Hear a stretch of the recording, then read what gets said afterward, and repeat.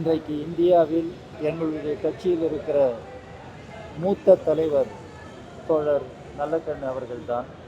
அவர் நலம் பெற வேண்டும் என்று நான் மருத்துவர்களிடம் சொல்லியிருக்கிறேன்.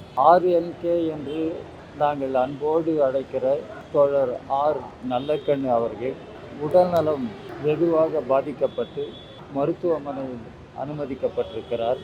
அவருடைய நிலைமை மிகவும் மோசமடைந்து வருகிறது என்ற தகவல் கேட்டு டெல்லியிலிருந்து இரவோடு இரவாக புறப்பட்டு இன்று அதிகாலை நான் சென்னைக்கு வந்தேன்.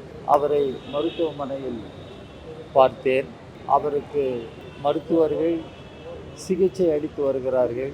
அவர்கள் சொல்லுகிற தகவல்கள் அடிப்படையில் பார்க்கிற பொழுது அவருடைய உடல்நிலை இன்னும் கவலைக்கிடமாகவே கிரிட்டிக்கலாகவே இருக்கிறது. ஆனால் மருத்துவர்கள் தங்களுடைய முயற்சிகளை மேற்கொண்டு வருகிறார்கள். இன்றைக்கு இந்தியாவில் எங்களுடைய கட்சியில் இருக்கிற மூத்த தலைவர் தோழர் நல்லக்கண்ணு அவர்கள்தான்.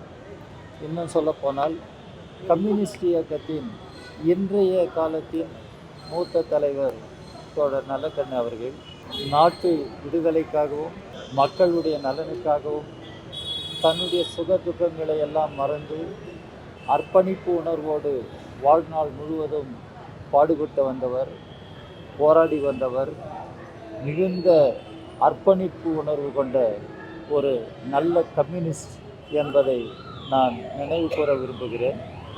அவர் உடல்நலம் கவலைக்கிடமாக இருந்த போதிலும் அவர் நலம் பெற வேண்டும் என்று நான் மருத்துவர்களிடம் சொல்லியிருக்கிறேன்.